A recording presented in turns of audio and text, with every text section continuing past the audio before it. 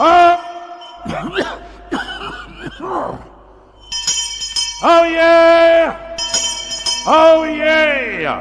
Roll out the barrel! C'est clair que si c'était pour rester bosser avec ça, un gars qui a zéro respect pour lui-même, qui se justifie et s'excuse d'être ce qu'il est, un homme, un blanc, un hétéro, c'était pas la peine. La meuf, je vois une vieille meuf pétée, mais vraiment éclatée, quoi. Une vieille meuf pourrie. Un homme de paille, grossier, consistant notamment à remplacer un mot par un autre.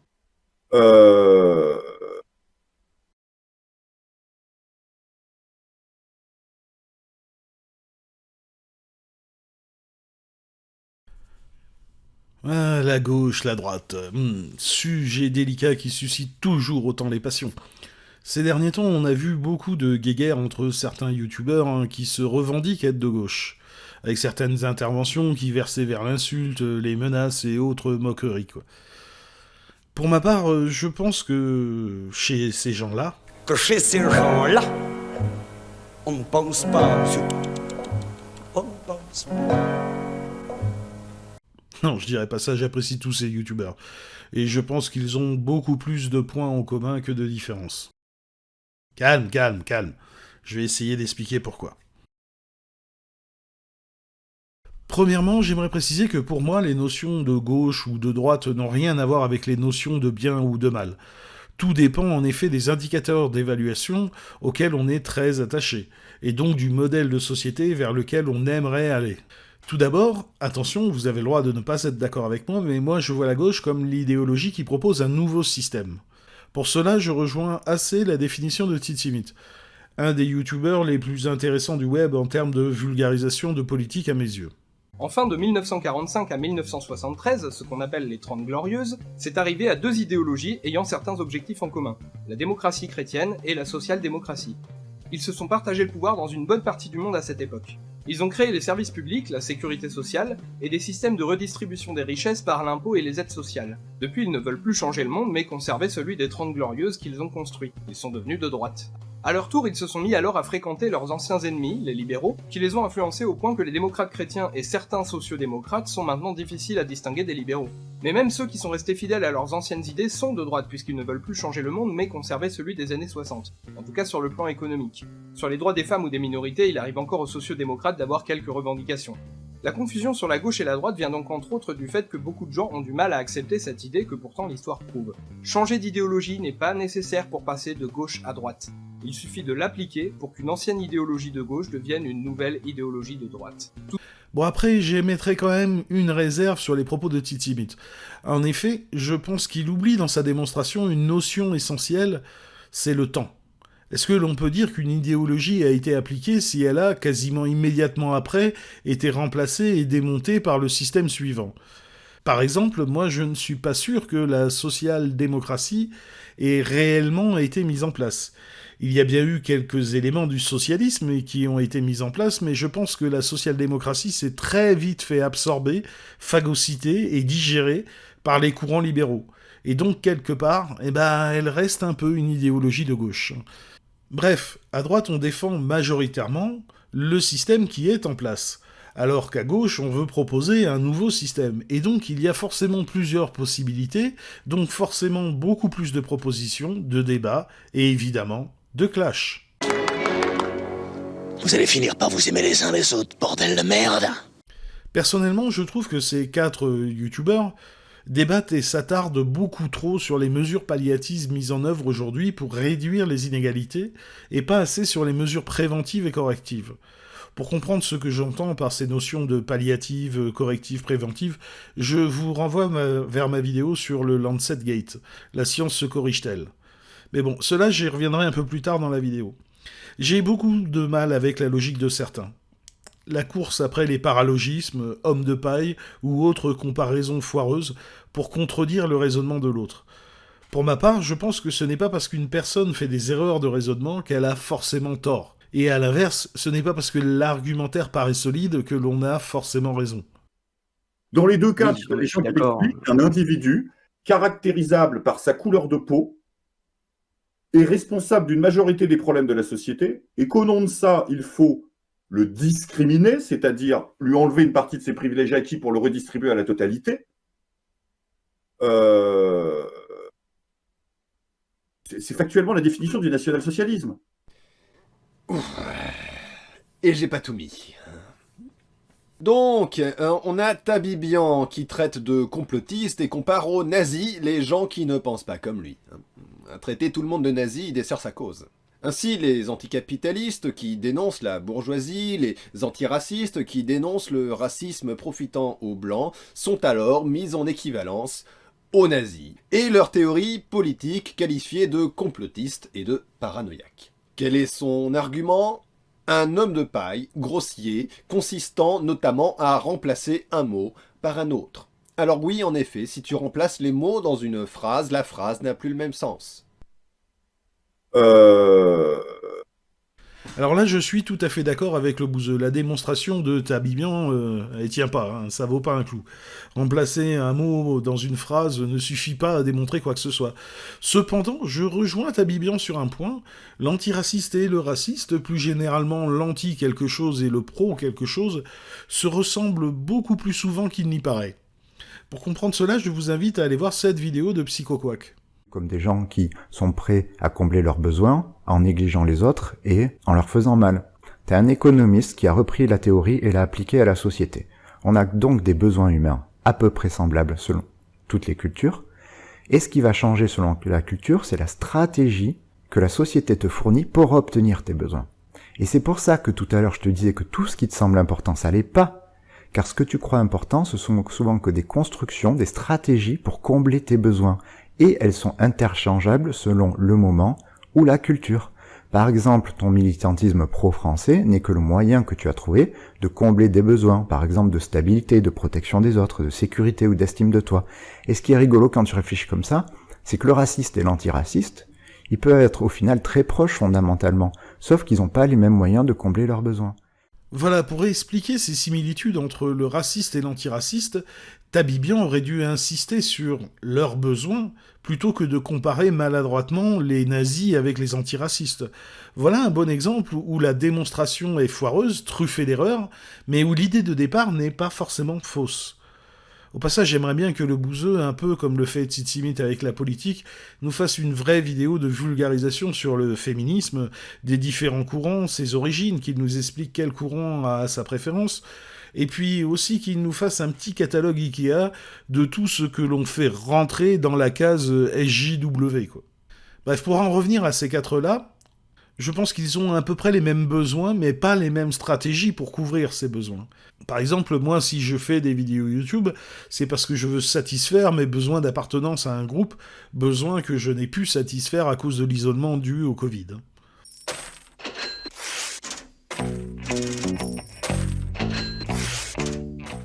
Ah, l'argent, un des meilleurs outils pour maintenir une classe dans la servitude en leur faisant miroiter l'opulence ou la sanction si l'on ne respecte pas le pouvoir du dieu argent.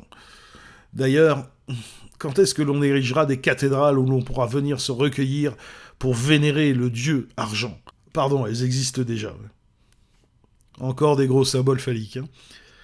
Alors l'argent et le travail sont des super outils pour faire croire que les lois actuelles sont des lois naturelles immuables. Du genre, la crise économique, c'est comme un tremblement de terre ou un ouragan, personne n'est coupable, on est tous des victimes, et donc, pour ne pas remettre en cause le système actuel. Par exemple, une idée assez répandue. Les riches qui ont réussi sont spoliés par l'augmentation des impôts. Les impôts, c'est du vol. Alors, je comprends tout à fait que l'on puisse penser cela. Moi-même, cela m'emmerde de devoir payer des impôts parce que cela va à l'encontre de mon besoin de sécurité. Quand on retire une partie de l'argent que l'on estime avoir gagné, on trouve cela injuste. On peut se sentir en danger parce qu'on a peur d'en manquer à l'avenir. J'ai eu cette discussion avec certains d'entre vous dans les commentaires et il serait peut-être temps de se demander qui vole qui. L'État vole les riches ou est-ce l'inverse ? Par exemple, est-ce qu'un garçon comme Elon Musk aurait pu réussir à accumuler une telle fortune si l'État n'avait pas payé pour former les milliers de gens qui travaillent pour lui directement ou indirectement, hein ? Attention, quand je dis former, cela parle de l'école maternelle jusqu'aux études supérieures pour les ingénieurs et docteurs en sciences qui développent ces produits. De la même façon, si l'État n'avait pas payé pour les routes sur lesquelles roulent les voitures Tesla, ou pour les centrales électriques qui permettent de recharger ces petites autos, je pense que ces voitures n'existeraient pas, et qu'on serait toujours à cheval. Bref, je ne suis pas sûr que même en récupérant toute la fortune de Elon Musk, cela suffirait à couvrir toutes les dépenses que l'État a fait pendant des dizaines d'années pour qu'il puisse s'enrichir. Et l'État, c'est les impôts payés par vous, par moi, par tout le monde. Au passage, ne venez pas me dire que les pauvres ne payent pas d'impôts, c'est faux. Un garçon ou une fille au RSA, lorsqu'il achète une boîte de conserve d'haricots verts, paye de la TVA. Pareil avec la taxe pétrolière lorsqu'il met de l'essence dans sa vieille voiture toute pourrie qui pollue. Et la TVA et la TICPE, c'est de loin ce qui rapporte de plus à l'État.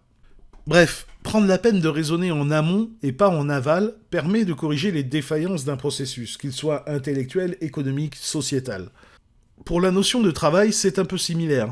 Vous savez, ces discours sur la valeur du travail, rétablir la valeur du travail. Ah, le travail, cette espèce de mot fourre-tout qui va de l'esclavage pour certains jusqu'au jeu pour d'autres. Est-ce que vous pensez réellement qu'entre ces trois travails, c'est la même chose ? Vous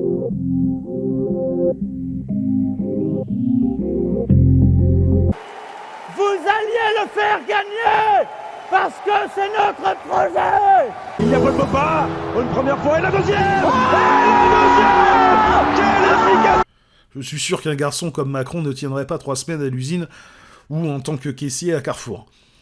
D'ailleurs, pour répondre à tous ceux qui vous parlent de loi naturelle, la nature de l'homme, qui fantasme sur le darwinisme social, et qui en même temps glorifie le travail, vous pourrez leur répondre que ce n'est pas en travaillant dur que l'homme est devenu le super prédateur. Dans la nature, il y a des espèces qui travaillent beaucoup plus que nous, comme les fourmis, les termites, qui bossent 24/24 toute leur vie pour arriver à ça. Bon, oui, c'est joli, mais quand même, il y a une différence entre ça et ça.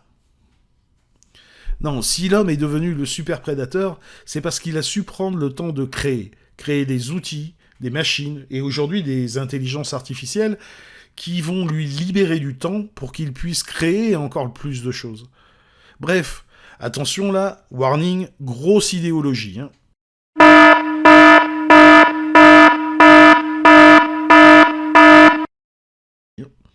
Moi, je suis pour que l'on libère de plus en plus l'être humain du travail, pour qu'il puisse faire ce qu'il sait faire de mieux, c'est-à-dire créer.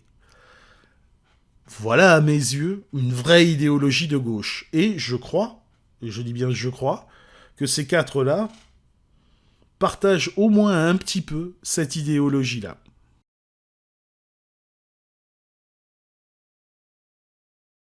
Personnellement, moi, je suis contre tous les systèmes de quotas. Non pas parce que je nie les inégalités actuelles, ou pour des principes de méritocratie à la con, que tous les hommes et les femmes doivent être égaux devant une épreuve qui permet d'accéder à une récompense. Non, les inégalités, elles sont déjà là. Comme disait Coluche, Dieu a dit, il y aura des hommes blancs, il y aura des hommes noirs, il y aura des hommes grands, il y aura des hommes petits, il y aura des hommes beaux, il y aura des hommes moches, et tous seront égaux. Mais ça sera pas facile. Et il a ajouté, il y en a qui seront noirs, petits et moches, et pour eux, ça sera très dur. Non, si je suis contre ces principes de quotas, c'est parce que je pense que ce sont des cache-misères, pour éviter de s'attarder sur les vraies causes du problème. Comme on le dit à l'armée, peinture sur merde égale propreté.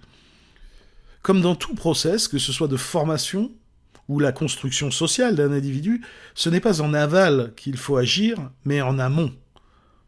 Ce sont des mesures préventives qu'il faut mettre en place, et pas des mesures palliatives qui ne font que de masquer le problème. Ah, la discrimination positive, quel oxymore dégueulasse. Je vais prendre un exemple que je connais plutôt bien parce que c'est mon métier, l'éducation. Lorsque l'on se renseigne, comme par exemple à l'Observatoire des inégalités, on constate que la classe ouvrière dans les études supérieures est minoritaire, alors que cette classe est majoritaire dans la population. Il y a, selon moi, rien qui justifie cela, à part le déterminisme social. Ou bien alors on rentre dans de l'eugénisme. Autre chose qui est surprenante, la surreprésentation des enfants de profs, qui ne représentent pourtant pas la classe sociale la plus privilégiée. Bac plus 5, 10 ans de carrière, 1009 de salaire, on est joyeux. Rien de plus simple pour nous faire taire, dire à la terre entière qu'on est joyeux. Eh bien, pourquoi ces enfants réussissent mieux ? Eh bien, c'est parce qu'ils ont l'école à la maison.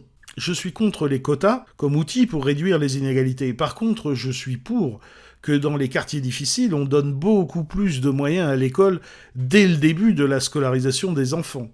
Et par moyens, je n'entends pas les petites mesurettes mises en place dans les ZEP, les zones d'éducation pourries, les prioritaires, ce qu'on appelle les REP aujourd'hui. Bref, dans ces quartiers difficiles, on triple la DGH, dotation globale horaire. Ceux qui enseignent savent de quoi je parle. Ce qui se traduirait globalement par un prof pour 10 élèves maximum. On remplace immédiatement les professeurs absents pour ne pas laisser des élèves sans cours pendant des semaines. Enfin voilà, il y en a plein des possibilités. Voilà comment on réduira les inégalités, en donnant des moyens supérieurs aux enfants des classes défavorisées dès qu'ils rentrent dans le système scolaire, et pas en mettant en place, à la fin, en bout de chaîne, des quotas à la con, cache-misère, qui ne servent qu'à masquer le principal problème de l'école, qui n'est pas la laïcité. Alors attention, je dis pas que la laïcité c'est pas important, mais c'est pas ça le plus gros problème de l'école, mais bien l'inégalité de la qualité de l'enseignement entre les enfants des classes sociales défavorisées et les enfants des classes sociales privilégiées. Je vous assure que si l'on prend ce genre de mesures, il y aura dans quelques années beaucoup plus de jeunes issus des classes populaires dans les études supérieures et donc dans les postes à responsabilité. D'ailleurs, je ne comprends pas que les gauchistes n'en parlent pas plus. Un truc simple, que même un pur républicain comme Schwarzenegger, qui ne représente pas forcément l'élite intellectuelle, a fini par comprendre. Jusque-là, je pensais incarner le rêve américain. Si un gosse comme moi avait réussi, tout le monde devrait pouvoir y arriver. Eh bien non. Mon travail dans les écoles m'a montré qu'il ne suffisait pas d'être né aux États-Unis. Dans les quartiers défavorisés, les gamins n'osaient même pas rêver. J'ai réfléchi à ce que j'avais et à ce que ces mômes n'avaient pas. Moi aussi, j'ai grandi dans la pauvreté, mais j'avais en moi le feu du succès et des parents qui m'encourageaient tout en m'enseignant la discipline. Je faisais du sport après l'école, avec des entraîneurs et des équipiers qui me servaient de modèle. J'avais des mentors qui me disaient « Tu peux le faire, Arnold » et me permettaient d'y croire. Combien d'enfants des cités disposent de tels outils ? Combien apprennent la discipline et la détermination ? Combien bénéficient des encouragements qui leur permettraient au moins d'entrevoir leurs propres valeurs ? On leur dit qu'ils sont piégés. Ils constatent que la plupart des adultes autour d'eux le sont. Les écoles ont peu de moyens, les enseignants sont éreintés sans toujours être les meilleurs, et les mentors sont rares. Autour d'eux, il n'y a que des familles dans le dénuement et des gangs.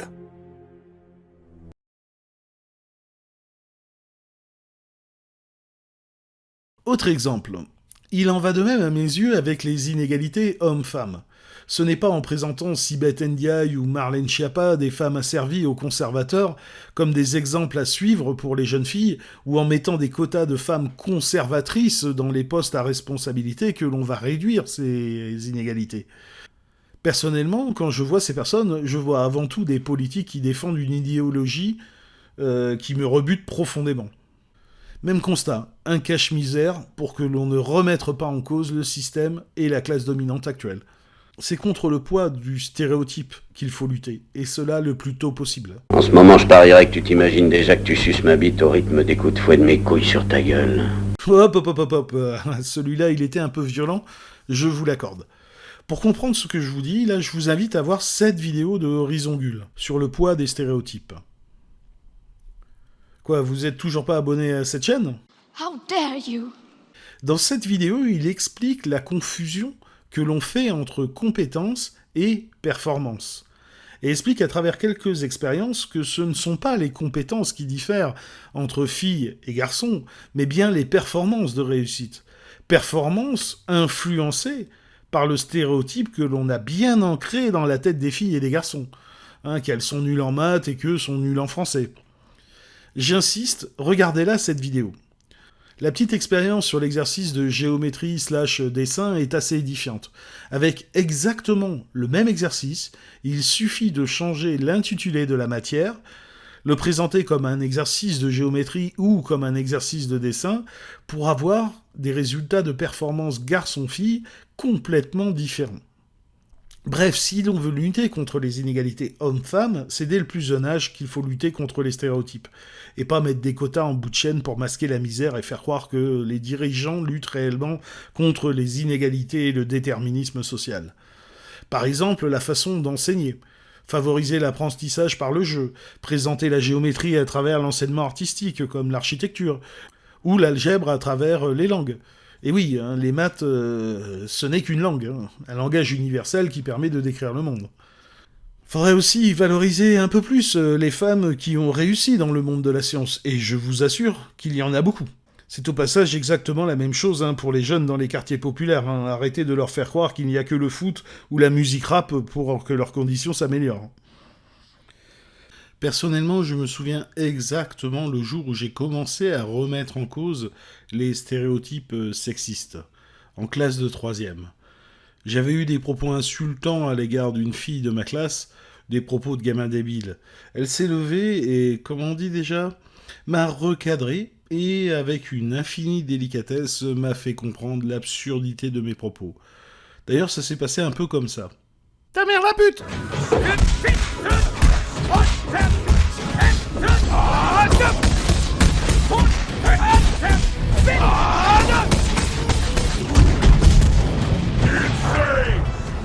Supreme victory! Je dois avouer que pour employer un langage bayésien, qui ferait plaisir à Hygiène Mentale, elle a bien fait évoluer mes a priori sur ces stéréotypes garçon-fille. Je préconise pas la violence, mais je reconnais que ça m'a fait réfléchir.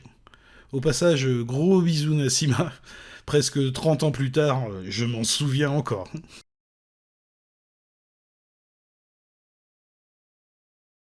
Et tout d'un coup, tu vois l'oppression que tu subis pour être une femme.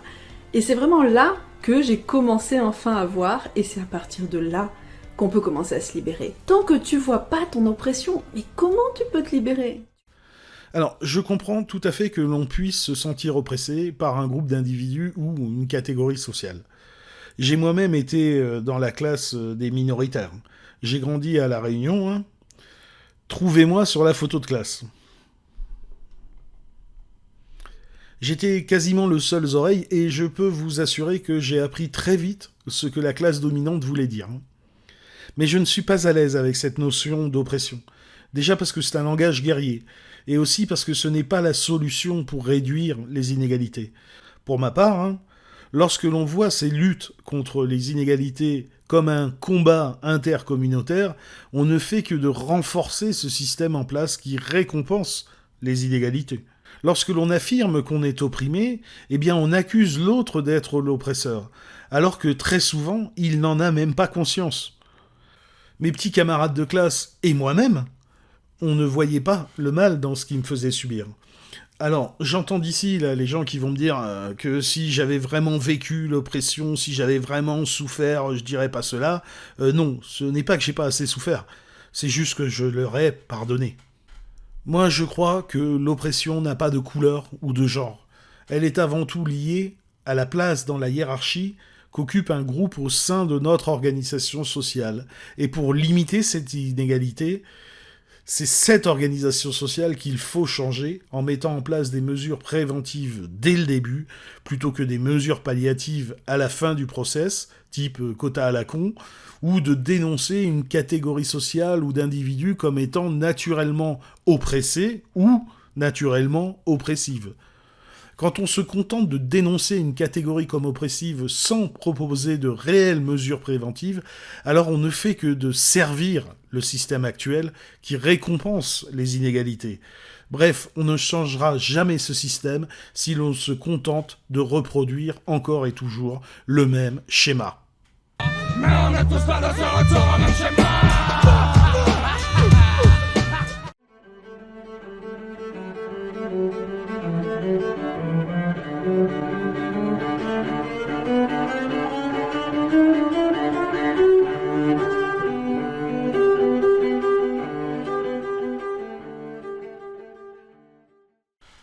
Être de gauche, ça n'a rien à voir avec les notions de bien ou de mal. Être de gauche, c'est proposer un nouveau modèle de société. Et être de droite, ça n'a rien à voir non plus avec des notions de bien ou de mal. C'est défendre un modèle qui a déjà été appliqué durablement. J'insiste, Titimite, durablement, et sur un nombre d'individus important. Parce que sinon, il n'y a que l'anarchie qui est réellement de gauche. Et encore, je suis sûr que certains anthropologues doivent pouvoir trouver quelques sociétés anarchistes dans l'histoire de l'humanité. Maintenant, à vous de voir si ces quatre-là sont réellement de gauche. Allez, puisque vous êtes restés jusque-là, un petit morceau de Septentrion, un artiste du début des années 2000, une des multiples identités de Thierry. Et oui, Thierry, ce n'est pas que naïf versus expert. Petite chanson que j'avais écrite et qui avait pour objectif de décrire le monde avec des panneaux de signalisation routière. Et encore, vous ne connaissez pas la 5e liste.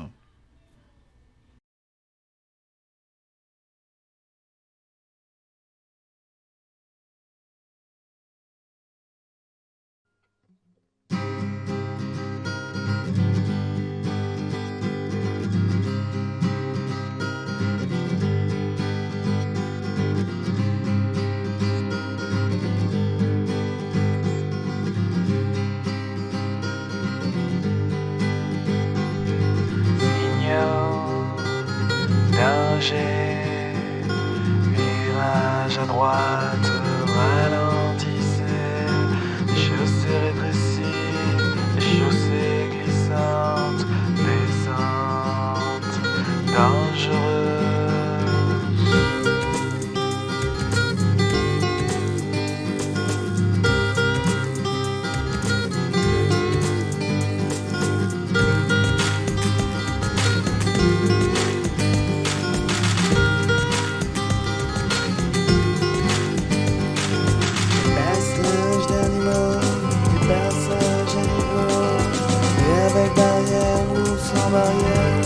Attention les chutes de pierre, halte police et halte douane, il faut céder le passage.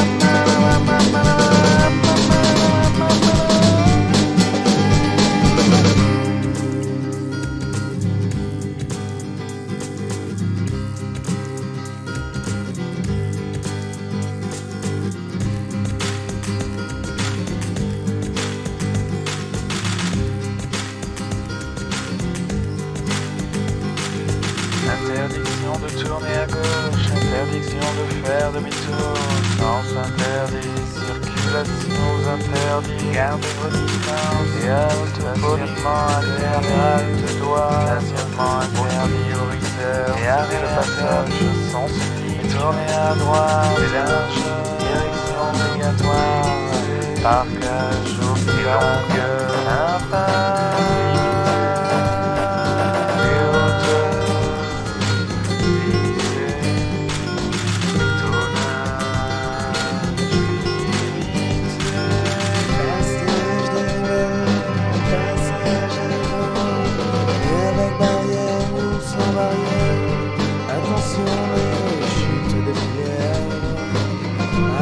Police et halte douane, il faut céder le passage.